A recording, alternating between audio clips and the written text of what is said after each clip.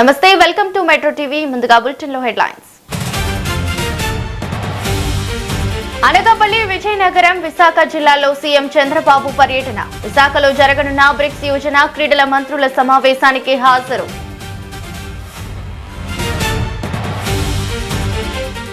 విశాఖకు చేరుకున్న మంత్రి నారా లోకేష్. సాధారణ ప్రయాణికులతో కలిసి ప్రయాణం. ఘన స్వాగతం పలికిన టీడీపీ నేతలు.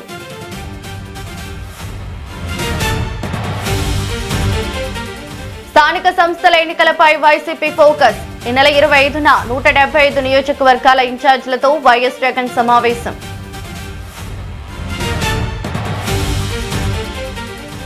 యాదాద్రిలోని హెజీలో ఫార్మా కంపెనీలో పేలిన రియాక్టర్. 2 కార్మికులు మృతి, 10 మందికి గాయాలు.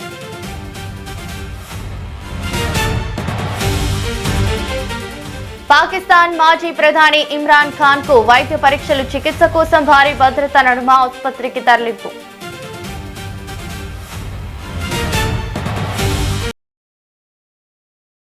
ఇక డీటెయిల్స్ చూస్తే సీఎం చంద్రబాబు ఇవాళ ఉత్తరాంధ్ర జిల్లాలో పర్యటించనున్నారు. ఉదయం 10 గంటలకు అనకాపల్లి జిల్లా కే కోటపాడు మండలం ఏ కోడూరుకు చేరుకుని అక్కడి కార్యక్రమాల్లో పాల్గొంటారు. అనంతరం సాయంత్రం 4 గంటలకు హెలికాప్టర్లో బయలుదేరి విజయనగరం జిల్లా ఎస్కోట నియోజకవర్గ పరిధిలోని ఎల్కోటకు చేరుకుంటారు. 4:20 గంటలకు ఎమ్మెల్యే కొళ్ల లలిత కుమారి నివాసానికి వెళ్లి 4:40 గంటలకు అక్కడి నుంచి బయలుదేరుతారు. సాయంత్రం 5:05 విశాఖ బీచ్ రోడ్డులోని హెలిప్యాడ్ కు చేరుకుంటారు. అనంతరం నోవోటెల్ హోటల్లో జరిగే బ్రిక్స్ దేశాల యువజన క్రీడా మంత్రుల సదస్సు 2026 సాంస్కృతిక కార్యక్రమాల్లో పాల్గొంటారు. తర్వాత భోగాపురం అంతర్జాతీయ విమానాశ్రయానికి చేరుకుని అక్కడి నుంచి బయలుదేరుతారు.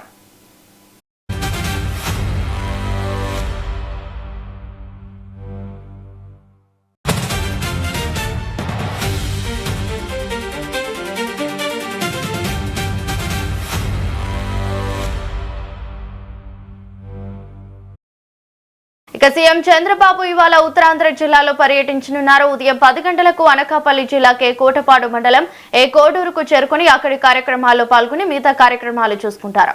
ఇక సీఎం చంద్రబాబు పర్యటన గురించి మరిన్ని వివరాలు మా ప్రతినిధి ఈశ్వర్ ఫోన్ ద్వారా అందిస్తారు. Eshwar, good morning Ravali. ముఖ్యమంత్రి చంద్రబాబు నాయుడు ఉత్తరాంధ్రలోని 3 జిల్లాల్లో ఈ రోజు పర్యటిస్తున్నారు. అనకాపల్లి, విజయనగరం, విశాఖ జిల్లాల్లో పలు కార్యక్రమాల్లో చంద్రబాబు పాల్గొని ప్రజలు, ప్రజాప్రతినిధులు, పార్టీ శ్రేణులతో మమేకం కానున్నారు. ఈ సందర్భంగా అధికారులతో కూడా ఆయన భేటీ అవుతారు. ఈ ఉదయం అమరావతి నుంచి హెలికాప్టర్ లో బయలుదేరి అనకాపల్లి జిల్లా కేకోట్పాడు మండలం అలమండ గ్రామానికి చేరుకుంటారు. అక్కడి నుంచి ఏకోడూరు జడ్పీ హై స్కూల్ సమీపంలోని ప్రజావేదికకు చంద్రబాబు వెళ్తారు. స్వర్ణాంధ్ర, స్వచ్ఛాంధ్ర కార్యక్రమంలో భాగంగా చంద్రబాబు గ్రామస్తులతో ముఖాముఖిగా మాట్లాడుతారు. స్థానిక అభివృద్ధి కార్యక్రమాలపై కూడా ఆయన అక్కడ పరిశీలించనున్నారు. అదే విధంగా అక్కడ ఎస్సీ కాలనీ సందర్శించి ప్రజలతో నేరుగా మాట్లాడటం, గ్రామ అభివృద్ధి పనులపై కూడా చంద్రబాబు సమీక్ష చేయనున్నారు. మధ్యాహ్నం వరకు సాగే ప్రజావేదిక కార్యక్రమంలో అనంతరం బహిరంగ సభలో కూడా మాట్లాడతారు. అనంతరం అక్కడ జరిగే పార్టీ కేడర్ సమావేశానికి కూడా ముఖ్యమంత్రి హాజరవుతారు. అనకాపల్లి జిల్లా పర్యటన ముగించుకున్న అనంతరం సీఎం విజయనగరం జిల్లా ఎస్కోట్ చేరుకుంటారు. ఎస్కోట్ నుంచి అక్కడ ఎమ్మెల్యే కె లలిత్ కుమార్ నివాసానికి వెళ్తారు. అక్కడి నుంచి లక్కారపుకోటలో కూడా ఆయన చంద్రబాబు పర్యటిస్తున్నారు. ఇక్కడ కూడా విజయనగరం జిల్లాలో కూడా అక్కడ ప్రజాప్రతినిధులు, జిల్లా అధికారులు, స్థానికులతో సమావేశమై వివిధ అంశాలతో కూడా ఆయన చర్చించనున్నారు. అదే నియోజకవర్గంలో జరుగుతున్న అభివృద్ధి పనులు, ప్రభుత్వ పథకాల అమలు, మౌలిక వసతి కల్పన, ప్రజలకు ఎదురవుతున్న ఈ సమస్యలపై కూడా ఆయన వివరాలు తెలుసుకోనున్నారు. అయితే స్థానికంగా చేపట్టవలసిన అభివృద్ధి కార్యక్రమాలు, ప్రజాప్రతినిధులు, అధికారులతో సీఎం చర్చించే అవకాశం ఉంది. ప్రజల నుంచి వచ్చే వినతులు, స్థానికంగా ఉన్న ప్రధాన సమస్యల పరిష్కారానికి కూడా అవసరమైన చర్యలపై అధికారులకు సీఎం దిశానిర్దేశం కూడా చేయనున్నారని తెలుస్తుంది. అయితే ప్రభుత్వం అమలు చేస్తున్న సంక్షేమ అభివృద్ధి కార్యక్రమాలు క్షేత్రస్థాయిలో ప్రజలు చేరుతున్న తీర్పును కూడా చంద్రబాబు ఈ సందర్భంగా సమీక్షించే అవకాశం ఉంది.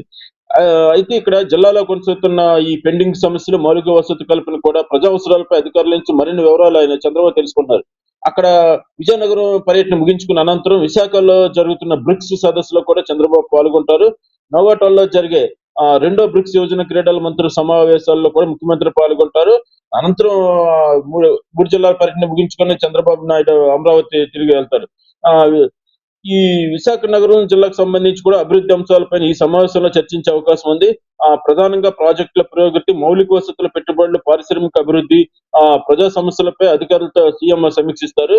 అయితే ఉత్తరాంధ్ర అభివృద్ధికి ప్రభుత్వం ఇస్తున్న ప్రాధాన్యత నేపథ్యంలో సీఎం పర్యటనకు ప్రాధాన్యత ఏర్పడింది. జిల్లాల వారీగా అభివృద్ధి కార్యక్రమాల పురోగతిని తెలుసుకోవడంతో పాటు క్షేత్రస్థాయిలో ఎదురవుతున్న సమస్యలను నేరుగా తెలుసుకునేలా సీఎం ఈ పర్యటన కొనసాగనున్నది. ప్రజలతో నేరుగా మమేకమవుతూ స్థానిక సమస్యలను తెలుసుకోవడం, అధికార యంత్రాంగాన్ని స్పష్టమైన దిశానిర్దేశం చేయడం, అభివృద్ధి పనులు వేగవంతం చేయడం లక్ష్యంగా ఈ సీఎం పర్యటన కొనసాగనున్నది. అయితే ఉత్తరాంధ్రలో ప్రభుత్వం చేపడుతున్న అభివృద్ధి కార్యక్రమాలకు ఈ పర్యటన మరింత ఊతమిస్తుందని అధికార వర్గాలు భావిస్తున్నాయి. ముఖ్యమంత్రి పర్యటన నేపథ్యంలో సుమారు 1200 మంది పోలీసులతో భారీ బందోబస్తు ఏర్పాటు చేశారు. Thank you Eshwar.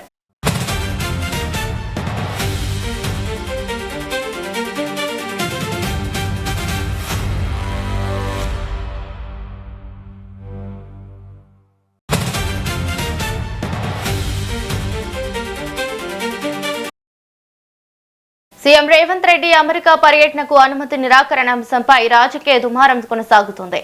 ఈ వ్యవహారంలో కాంగ్రెస్ పార్టీ బీజేపీని టార్గెట్ చేస్తుంది. మరోవైపు యూపీఏ హయాంలో జరిగిన విషయాలను కాంగ్రెస్ నేతలు మర్చిపోయారని బీజేపీ నేతలు విమర్శిస్తున్నారు. విదేశీ పర్యటనకు క్లియరెన్స్ రాకముందే షెడ్యూల్ ఖరారు చేసుకోవడంపై ప్రభుత్వం సమాధానం చెప్పాలని బీజేపీ ఎంపీ అరవింద్ డిమాండ్ చేశారు. దీంతో రేవంత్ రెడ్డి అమెరికా పర్యటన వ్యవహారం రాజకీయంగా చర్చనీయాంశంగా మారింది. ఇక ఇదే అంశంపై పూర్తి డీటెయిల్స్ మా ప్రతినిధి రామకృష్ణ ఫోన్ ద్వారా అందిస్తారు. రామకృష్ణ, చెప్పండి. ఎస్ రావాలి. ఏదైతే రేవంత్ రెడ్డి అమెరికా పర్యటన ఏదైతే రద్దయిందో దీనికి సంబంధించి విషయాలు ఇటు బీజేపీ కాంగ్రెస్ పార్టీల మధ్య ఆరోపణలు, ప్రత్యారోపణలతో పాటు గతంలో ఏం జరిగింది, ఇప్పుడు ఏమి జరుగుతుంది, అంటే ఒక విదేశీ పర్యటనకి వెళ్ళినప్పుడు ఏ అనుమతులు తీసుకోవాలి, ఏ అంశాలపై అనుమతులు కోరాలి, ఏ అంశాలపై కేంద్ర ప్రభుత్వానికి లేఖ రాయాలి, ఎప్పుడు రాయాలనే దానిపైన కూడా ఇప్పుడు చర్చ జరుగుతుందని చెప్పవచ్చు.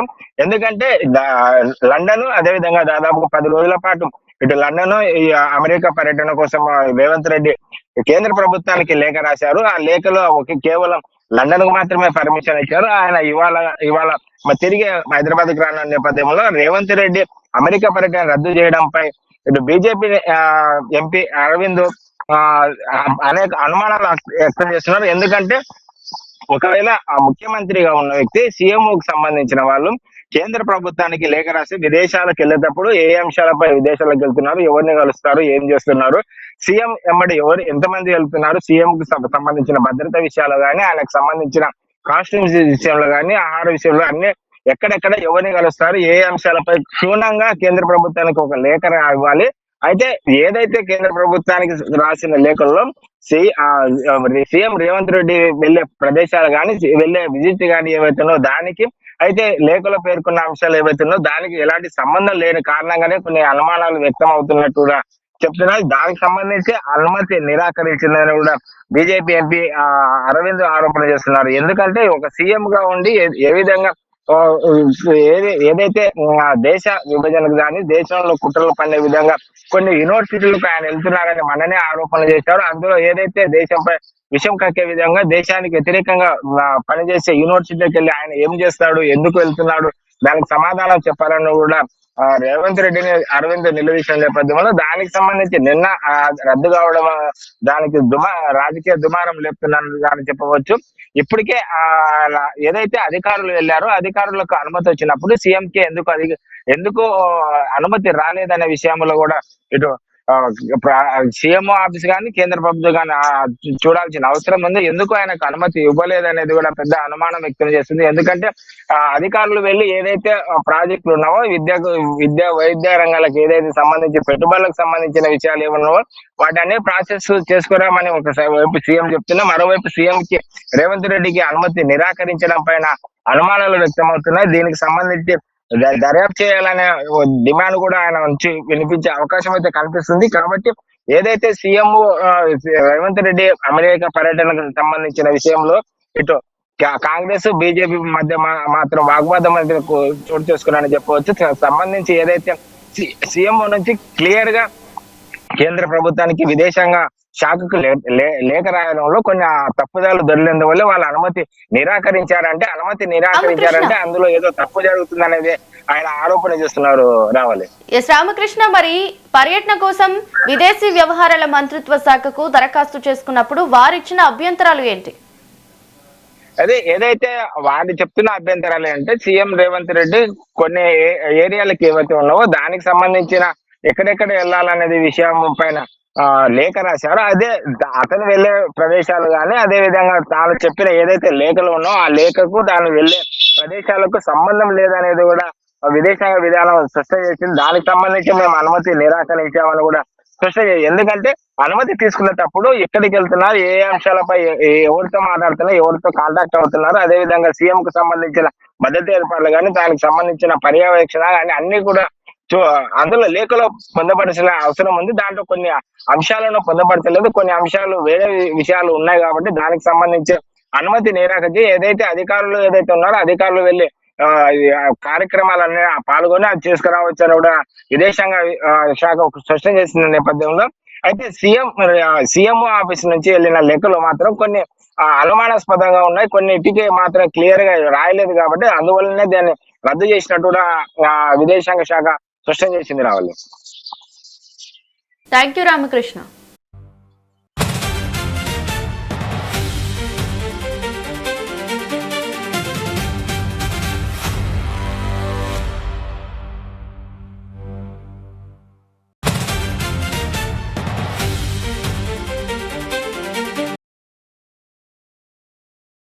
కాంగ్రెస్ లో కొండా సుష్మిత వ్యాఖ్యల వివాదం కొనసాగుతుంది. సుష్మిత వ్యాఖ్యల నేపథ్యంలో మంత్రి కొండా సురేఖను మంత్రివర్గం నుంచి బర్తరఫ్ చేయాలని కాంగ్రెస్ లోని పలువురు ఎమ్మెల్యేలు డిమాండ్ చేస్తున్నట్లు సమాచారం.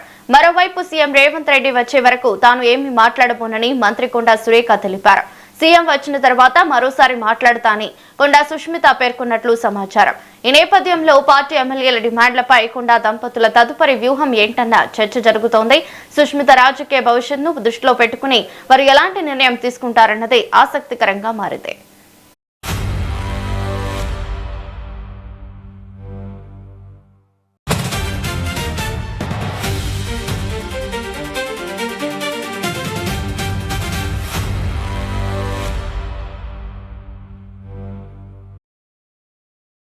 కాంగ్రెస్ లో కొండా సుష్మిత వ్యాఖ్యల వివాదం కొనసాగుతుంది. సుష్మిత వ్యాఖ్యల నేపథ్యంలో మంత్రి కొండా సురేఖను మంత్రివర్గం నుంచి బర్తరఫ్ చేయాలని కాంగ్రెస్ లోని పలువురు ఎమ్మెల్యేలు డిమాండ్ చేస్తున్నట్లు సమాచారం. మరోవైపు సీఎం రేవంత్ రెడ్డి వచ్చే వరకు తాను ఏమీ మాట్లాడబోనని మంత్రి కొండా సురేఖ తెలిపారు. సీఎం వచ్చిన తర్వాత మరోసారి మాట్లాడతానని కొండా సుష్మిత పేర్కొన్నట్లు సమాచారం. ఈ నేపథ్యంలో పార్టీ ఎమ్మెల్యేల డిమాండ్లపై కొండా దంపతుల తదుపరి వ్యూహం ఏంటన్న చర్చ జరుగుతోంది. సుష్మిత రాజకీయ భవిష్యత్తును దృష్టిలో పెట్టుకుని వారు ఎలాంటి నిర్ణయం తీసుకుంటారన్నది ఆసక్తికరంగా మారింది. ఇక ఇదే అంశంపై పూర్తి డీటెయిల్స్ మా బ్యూరో చీఫ్ శేఖర్ ఫోన్ ద్వారా అందిస్తారు. శేఖర్, తెలంగాణ కాంగ్రెస్ లో కొండా సురేఖ కూతురు కొండా సుష్మిత పటేల్ వ్యాఖ్యల దుమారం ఇంకా కొనసాగుతూనే ఉంది. ఏదైతే నిన్న రాష్ట్ర వ్యాప్తంగా కాంగ్రెస్ పార్టీకి సంబంధించిన 18 మంది ఎమ్మెల్యేలు, 2 ఎమ్మెల్సీలు అసెంబ్లీలోని సిఎల్పి కార్యాలయంలో 1 గంట పైగా వాళ్ళు అనేక అంశాలపైన చర్చించి అనంతరం మీడియాతో మాట్లాడారు.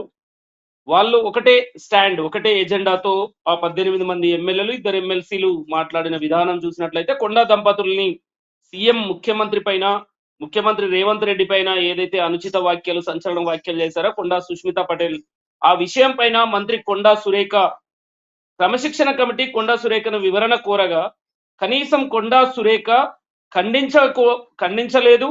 పైగా నాకేం సంబంధం లేదు అని చేసిన వ్యాఖ్యల పట్ల మేము అసహనాన్ని వ్యక్తం చేస్తున్నాము. రాష్ట్ర ముఖ్యమంత్రి పైన అటు ప్రభుత్వానికి, కాంగ్రెస్ కి పార్టీలో ఉంటూ పార్టీలో పదవులు అనుభవిస్తూ పార్టీలో ఉంటూ పార్టీ పైనే, రాష్ట్ర ముఖ్యమంత్రి పైనే ఇలాంటి టార్గెటెడ్ గా సంచలన వ్యాఖ్యలు చేయడాన్ని కొండా సురేఖ ఎలా సమర్థిస్తారు? కనీసం ఆ వ్యాఖ్యల్ని ఖండించలేదు కనుక ఈ కొండా సురేఖ కూతుర్ని చూసి, కొండా సురేఖను చూసి రాష్ట్రంలో మరొక కాంగ్రెస్ నాయకులు ఇలాంటి వ్యాఖ్యలు రాష్ట్ర ముఖ్యమంత్రి పైన, పార్టీ పైన చేయకుండా భవిష్యత్తులో ఎలాంటి చర్యలు తీసుకోవాలి, వెంటనే వాళ్ళని పార్టీ నుంచి సస్పెండ్ చేసే విధంగా క్రమశిక్షణ చర్యలు ఉండేలా అధిష్టానం వెంటనే ఉటావుటిన చర్యలు తీసుకునేలాగా ఉండాలి భవిష్యత్తులో కూడా. అలా అయితేనే ఇంకొకరు ఇలా భవిష్యత్తులో రాష్ట్ర ముఖ్యమంత్రి పైన కానీ, అలానే కాంగ్రెస్ పార్టీ పైన కానీ, అధిష్టానం పైన కానీ ఇలాంటి వ్యాఖ్యలు చేయరు అంటూ తీర్మానం చేశాము అంటూ ఒకే ఎజెండా మీద ఆ 20 మంది ఎమ్మెల్యేలు మీడియాతో మాట్లాడుతూ ప్రధానంగా కొన్ని హాట్ కామెంట్స్ చేశారు. కొండా సురేఖను వెంటనే బర్తరఫ్ చేయాలి, క్యాబినెట్ నుండి తొలగించాలి అంటూ, మంత్రి పదవి నుంచి తొలగించాలి అంటూ, కొండా సుష్మిత పైన, కొండా ఫ్యామిలీ పైన కాంగ్రెస్ పార్టీ కఠినంగా వ్యవహరించాలి అంటూ తీర్మానం చేశాము. ఈ భవిష్యత్తులో ఇలా ఎవరు చేయకూడదు అంటూ కూడా వచ్చిన 18 మంది ఎమ్మెల్యేలు ముక్త కంఠంతో వాళ్ళు ఖండించారు. అంతేకాకుండా కఠినంగా చర్యలు తీసుకోవాలని కూడా వాళ్ళు నిర్ణయించారు. ఈ నేపథ్యంలో ఇదే అంశం పైన కొండా సురేఖ ఫ్యామిలీ పైన అధిష్టానానికి సీఎం రేవంత్ రెడ్డిని కూడా వాళ్ళు రిక్వెస్ట్ చేశారు. ఎట్టి పరిస్థితుల్లో ఇలాంటి వాటిని ఉపేక్షించొద్దు, పార్టీ నుంచి తొలగించాలి, మంత్రి పదవి నుంచి బర్తరఫ్ చేయాలి అంటూ కూడా వాళ్ళు డిమాండ్ చేశారు. అంటే రాష్ట్ర వ్యాప్తంగా కాంగ్రెస్ శ్రేణులు వచ్చిన 18 మంది ఎమ్మెల్యేలే కాదు, మిగతా ఎమ్మెల్యేలు కూడా ఇదే కోరుకుంటున్నారు. అందుబాటులో ఉన్న ఎమ్మెల్యేలు మాత్రమే వచ్చామని ఎమ్మెల్యేలు చెప్తున్నారు. కానీ అదే సమయంలో మీడియా కూడా కొండా సురేఖని కలవడానికి మీడియా ప్రయత్నించింది. అసలు విషయం తెలుసుకోవడానికి కొండా సురేఖని మీడియా ప్రయత్నించినప్పుడు కొండా సురేఖ మీడియాతో మాట్లాడడానికి ఇష్టపడలేదు. కానీ బయటికి వచ్చి తన ఇంట్లో నివాసం దగ్గర, జూబ్లీ హిల్స్ లో తన నివాసం దగ్గర బయటికి వచ్చి బాల్కనీలో నిల్చొని కొండా సుష్మిత మాట్లాడుతూ సీఎం రేవంత్ రెడ్డి వచ్చాకనే మాట్లాడుతాము, సీఎం రేవంత్ రెడ్డి ఏదైతే లండన్ పర్యటనలో ఉన్నారో తను వచ్చిన తర్వాతనే నేను మరొకసారి మాట్లాడుతాను అంటూ సుష్మిత పటేల్ చెప్పింది. అంతేకాకుండా మంత్రి కొండా సురేఖ కూడా ఆ సందర్భంగా మాట్లాడుతూ నేను చెప్పాల్సింది క్రమశిక్షణ కమిటీకి లేఖలోనే పూర్తి వివరాలు చెప్పాను, ఇంకా మాట్లాడేది ఏం లేదు, మీడియాతో ఏం మాట్లాడను అంటూ కూడా కొండా సురేఖ చెప్పారు. సీఎం రేవంత్ రెడ్డి వచ్చిన తర్వాతనే మాట్లాడుతానంటూ కూడా మంత్రి సురేఖ తెలపడంతో రాష్ట్రంలో మాత్రం ఇంకా కూడా ఆ కొండా సురేఖ కూతురు సుష్మిత పటేల్ చేసిన వ్యాఖ్యలది దుమారం. అలాగే కొండా దంపతులు కూడా నిన్న కొండా సురేఖ మాట్లాడుతూ కూడా ఎలాంటి ఆందోళన మాత్రం కనపడలేదు రవలి. తన ముఖాల్లో కూతురు కానీ తల్లి కానీ మాట్లాడే సమయంలో సీఎం వచ్చాకనే మాట్లాడుతామంటూ నవ్వుతూ చెప్పారు తప్ప ఎలాంటి ఆందోళన మాత్రం కనపడలేదు. బీఆర్ఎస్ కానివచ్చు, బీజేపీ కానివచ్చు, వీళ్ళ సైడ్ నుంచి విమర్శలు ఎలా ఉన్నాయి? అధికార పార్టీ సొంత పార్టీలో, అది కూడా క్యాబినెట్ మంత్రిగా ఉన్న కొండా సురేఖ కూతురు సుష్మిత పటేల్ చేసిన వ్యాఖ్యలు, కొండా సురేఖ కూడా వాటిని ఖండించకుండా ఎలాంటి తప్పు లేదనే విధంగా, నాకు సంబంధం లేదనే విధంగా మాట్లాడడంతో ప్రతిపక్షాలకు ఇది ఆయుధంగా మారింది. అటు బీఆర్ఎస్ బీజేపీకి కూడా ఇప్పటికే బీఆర్ఎస్ పార్టీ పెద్ద ఎత్తున ట్రోల్ చేస్తున్నది. సొంత పార్టీ ఎమ్మెల్యేలే రోజుకొకరు కాంగ్రెస్ పార్టీ పైన, స్వయంగా రాష్ట్ర ముఖ్యమంత్రినే టార్గెట్ చేసి తన పాలన పైన ఇలా మాట్లాడుతున్నారు అంటూ బీఆర్ఎస్ పార్టీకి ఇది ఒక ఆయుధంగా మారింది. ప్రతిపక్షమైన బీఆర్ఎస్ పార్టీ దాన్ని సొమ్ము చేసుకోవడానికి, క్యాచ్ చేసుకోవడానికి బీఆర్ఎస్ పార్టీ మాత్రం చాలా సోషల్ మీడియా వేదికగా కావచ్చు అన్ని రకాలుగా బీఆర్ఎస్ మాత్రం విమర్శలు, ఆరోపణలు చేస్తున్న నేపథ్యంలో అదే అంశాన్ని సొంత పార్టీ కాంగ్రెస్ పార్టీ ఎమ్మెల్యేలు కూడా అదే చెప్తున్నారు. సొంత పార్టీలో ఉంటూ, మంత్రిగా ఉంటూ, ఒక బాధ్యత గల మంత్రిగా ఉంటూ ప్రతి క్యాబినెట్ లో సీఎం తో పాటు కూర్చొని పార్టీకి సంబంధించిన విషయాలపైన ముఖ్యమంత్రినే నేరుగా మాట్లాడినా కూడా కనీసం ఖండించలేదు అంటూ కూడా సురేఖ బాధ్యత వహించాల్సిందే అంటూ సొంత పార్టీ ఎమ్మెల్యేలు, అటు బీఆర్ఎస్ పార్టీకి కూడా ఇది ఆయుధంగా మారింది రవలి. దీన్నే అటు బీజేపీ బీఆర్ఎస్ కూడా ఆయుధంగా మలుచుకొని ప్రచారం చేస్తున్నది. కాంగ్రెస్ పార్టీ పని అయిపోయింది అని పెద్ద ఎత్తున సొంత పార్టీ నేతలే సీఎం పైన ఎక్కువ పెట్టారు అంటూ అటు రాజగోపాల్ రెడ్డి కావచ్చు, చిన్నారెడ్డి కావచ్చు, వరుస వివాదాలు మనం చూస్తున్నాము. అనిరుద్ధ్ రెడ్డి కావచ్చు, మందుల సామిల్ వివాదం కావచ్చు, వరుసగా కాంగ్రెస్ పార్టీకి వివాదాలు ఉక్కిరి బిక్కిరి చేస్తున్న మాట మాత్రం వాస్తవం. Thank you Shekhar.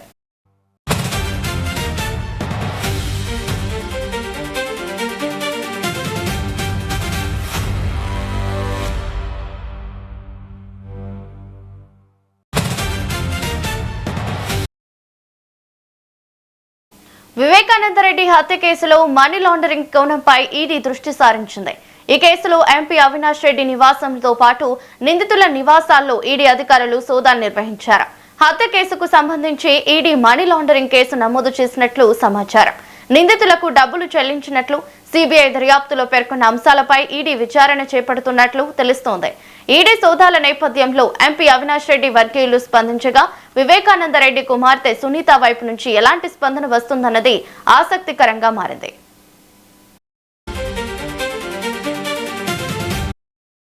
ఇక ఇదే అంశంపై పూర్తి డీటెయిల్స్ మా ప్రతినిధి షబీర్ ఫోన్ ద్వారా అందిస్తారు. Shabbir. Good morning Ravali. YCP Kadapa MP YS Avinash Reddy నివాసాలు, కార్యాలయాలపై నిన్న ఎన్ఫోర్స్మెంట్ డైరెక్టర్ ఈడీ అధికారులు ఆకస్మికంగా సోదాలు నిర్వహించారు. వివేక హత్యకు ముందు 4 కోట్ల డీల్ మూలాలను నిధుల మళ్లింపులు తేల్చినందుకు సిబిఐ ఎఫ్ఐఆర్ ఆధారంగా ఈడీ ఈ విచారణను వేగవంతం చేసింది. నిన్న హైదరాబాద్ కోకాపేటలో ఉన్న విలాసంతో పాటు కడప జిల్లా పులివెందులలోని అవినాష్ రెడ్డి ఇంటితో పాటు ఆయన తండ్రి వైఎస్ భాస్కర్ రెడ్డితో పాటు వివేక హత్య కేసులో నిందితులుగా ఉన్న దేవిరెడ్డి శివశంకర్ రెడ్డి, ఎర్రగంగిరెడ్డి, సునీల్ యాదవ్, సునీల్ రెడ్డి నివాసాల్లో ఈడీ వేర్వేరు బృందాలుగా ఏర్పడి ఈ సోదాలు నిర్వహించారు. ఈ తనిఖీలలో అక్కడక్కడ సిబ్బంది మొబైల్ను కూడా స్వాధీనం చేసుకున్నారు. దాదాపు ఈ తనిఖీల్లో 24 లక్షల రూపాయలు నగదుతో పాటు సెల్ ఫోన్లు, 2 లాకర్ తాళాలను స్వాధీనం చేసుకున్నారు. అంతేకాకుండా మరి కొద్ది రోజుల్లో ఇంకా వేగవంతం ఈ వివేక హత్య కేసుకు సంబంధించి మరి ఈడీ వేగవంతం చేసే పరిస్థితి ఉంది రవలి. Thank you Shabbir.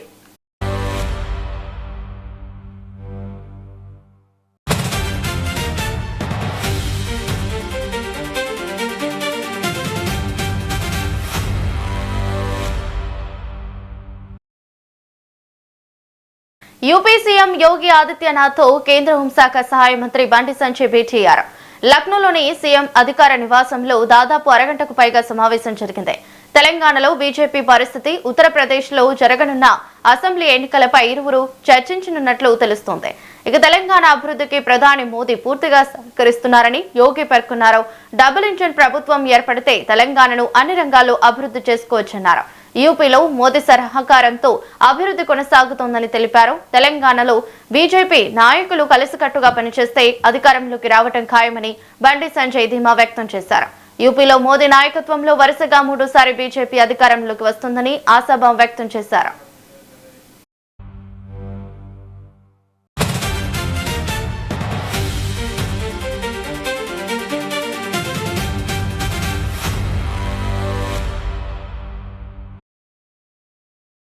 కరీంనగర్ జిల్లా శంకరపట్నం మండలం మొలంగూరు గ్రామ పాలనాధికారి శ్రీనివాస్ లంచం తీసుకుంటూ ఏసీబీ అధికారులకు రెడ్ హ్యాండెడ్ గా పట్టుబడ్డారు.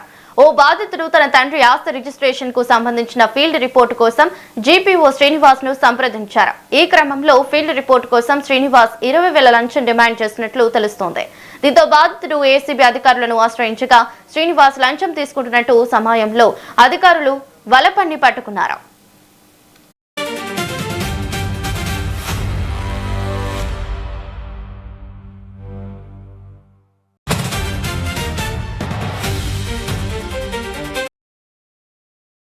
మంచిర్యాల జిల్లా లింగాపల్లి పంచాయతీ కార్యదర్శి వరలక్ష్మి ఏసీబీకి పట్టుబడ్డారు. కొత్తగా నిర్మించిన ఇంటికి అనుమతి ఇంటి నంబర్ కేటాయించేందుకు 20,000 లంచం డిమాండ్ చేసినట్లు ఏసీబీ అధికారులు తెలిపారు. చర్చల అనంతరం 13,000 లంచం తీసుకునేందుకు అంగీకరించిన వరలక్ష్మి ఫోన్ పే ద్వారా మరో పంచాయతీ కార్యదర్శి లావణ్యకు చెందిన నంబర్కు డబ్బులు బదిలీ చేయాలని ఫిర్యాదుదారుడికి సూచించారు. ఫిర్యాదుదారుడు 13,000 బదిలీ చేసిన అనంతరం ఏసీబీ అధికారులు వరలక్ష్మిని అదుపులోకి తీసుకున్నారు.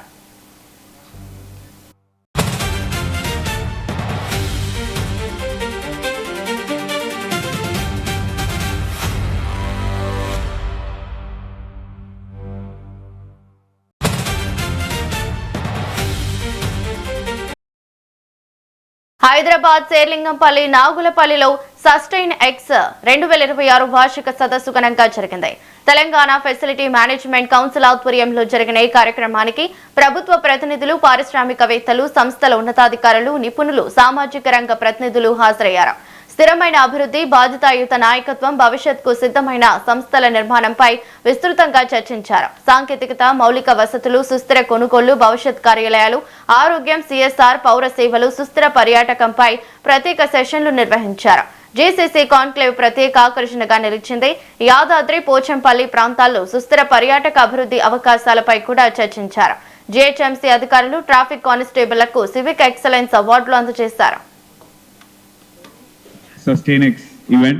Nuri, looking at all the AVs and the arrangements here, I'm really glad and I really appreciate TFMC for taking the initiative of bringing together the entire stack of GCC ecosystem into one place to collaborate, to deepen the partnerships and overall make Hyderabad the home of GCCs. From government, we are very clear that we want to be the pioneering leaders in being the home of the GCCs. Last year, we have overtaken Bangalore in terms of attracting the highest number of GCCs in India, and we hope to continue it going forward as well. In fact, last year we've had almost 75 GCCs set up their companies here. This year we are looking at number close to 100. It is only possible because of all the supporting services that we get. So, round of applause to all the supporting partners, TFMC, and all the member partners who, being the unsung heroes, who support the companies from behind before they even step here and make it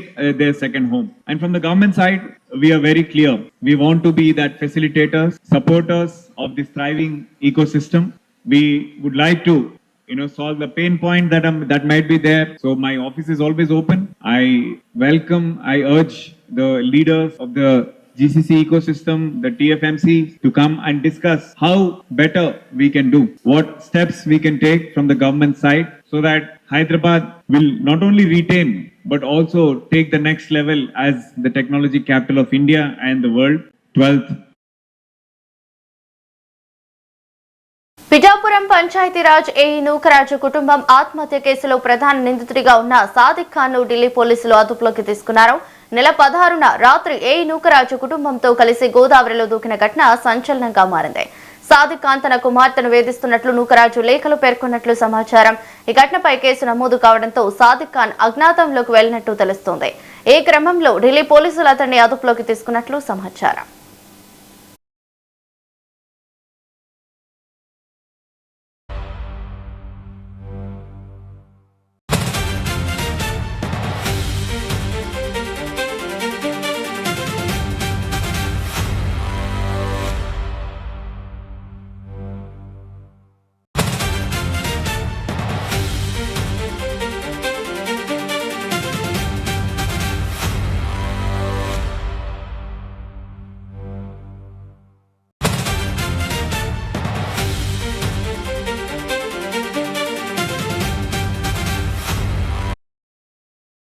Pithapuram Panchayati Raj AE Nookaraju కుటుంబం ఆత్మహత్య కేసులో ప్రధాన నిందితుడిగా ఉన్న సాదిక్ ఖాన్ ను ఢిల్లీ పోలీసులు అదుపులోకి తీసుకున్నారు. ఈ నెల 16న రాత్రి ఏఈ నూకరాజు కుటుంబంతో కలిసి గోదావరిలో దూకిన ఘటన సంచలనంగా మారింది. సాదిక్ ఖాన్ తన కుమార్తెను వేధిస్తున్నట్లు నూకరాజు లేఖలో పేర్కొన్నట్లు సమాచారం. ఇక ఇదే అంశంపై పూర్తి డీటెయిల్స్ మా ప్రతినిధి రాజేష్ ఫోన్ ద్వారా అందిస్తారు. Rajesh, good morning. Good morning Ravali. గత వారం 10 రోజులుగా పోలీసులకు చందు చిక్కని తిరిగిన ప్రధాన నిందితుడు అంటే పిఠాపురం పంచాయతీరాజ్ ఏఈ నూకరాజు కుటుంబం ఆత్మహత్య విషయంలో సాదిక్ ఖాన్ నిన్న ఢిల్లీ పోలీసులకు నిన్న సాయంత్రం చిక్కినట్టుగా తెలిసింది. ప్రస్తుతం మాత్రం ఆ రోజు నుంచి అంటే ఈ నెల 16వ తేదీ రాత్రిన Rajahmundry road cum rail bridge నుంచి నూకరాజు, అతని భార్య మీనా, అలాగే కుమార్తె సౌజన్య, మొత్తం నలుగురు కూడా గోదావరిలో దూకి ఆత్మహత్య చేసిన ప్రయత్నం చేశారు. అందులో భాగంగానే మనవడు మాత్రం క్షేమంగా బయటపడ్డాడు. అనంతరం ఇచ్చిన ఫిర్యాదు మేరకు పోలీసులు అయితే దర్యాప్తు ప్రారంభించారు. గడిచిన వారం 10 రోజులు కూడా పోలీసులు ఈ విషయంలో చాలా సీరియస్ గా తీసుకున్నారు. ఎట్టి పరిస్థితుల్లో కూడా సాదిక్ ఖాన్ అతను చేసిన టార్చర్ అంతా కూడా సౌజన్య లేఖలో రాసింది. దాంతో పాటు నూకరాజు కూడా ఒక మరణభంగంలో రాశాడు. ఆ లేఖలో చాలా స్పష్టంగా చెప్పాడు, సాదిక్ అనే వ్యక్తి వల్ల మేము చాలా టార్చర్ గురవుతున్నాము, అతను మమ్మల్ని వేధిస్తున్నాడు, చాలా సార్లు వెళ్లి బతిమలాడినా కానీ మాకు ఏమాత్రం మమ్మల్ని కనిపించిన ప్రతిసారి డబ్బులు డిమాండ్ చేసేవాడు, లేకపోతే రకరకాల ఫోటోలు పెట్టి మార్పించేసి ఆ కుటుంబాన్ని బజార్కి ఇడుస్తానంటూ ఈ రకంగా మొత్తం మరణభంగంలో రాసి జిల్లా కలెక్టర్ కు వినతి పత్రం మొత్తం రాసుకున్నారు. అయితే ఈ నేపథ్యంలో పోలీసులు చాలా సీరియస్ గా తీసుకున్నారు. దాంతో పాటు ఏపీ, తెలంగాణ, ఢిల్లీ అంటే సాదిక్ ఖాన్ కుటుంబ సభ్యులు ఎక్కడైతే ఉన్నారో అన్ని చోట్ల కూడా గాలింపు చర్యలు ముమ్మరం చేశారు. ప్రతిరోజు కూడా సాదిక్ ఖాన్ కుటుంబ సభ్యులని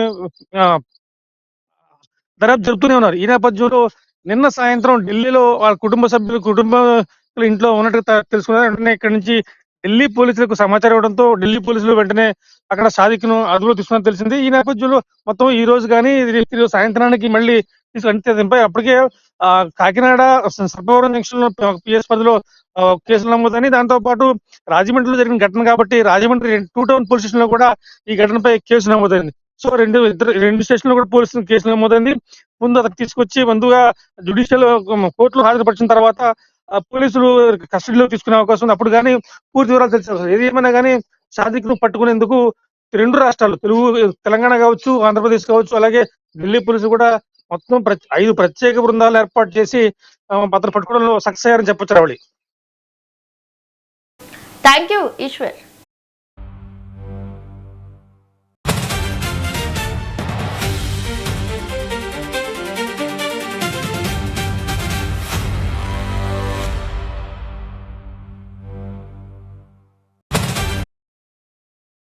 ఇవి bulletin updates. Keep watching metro TV.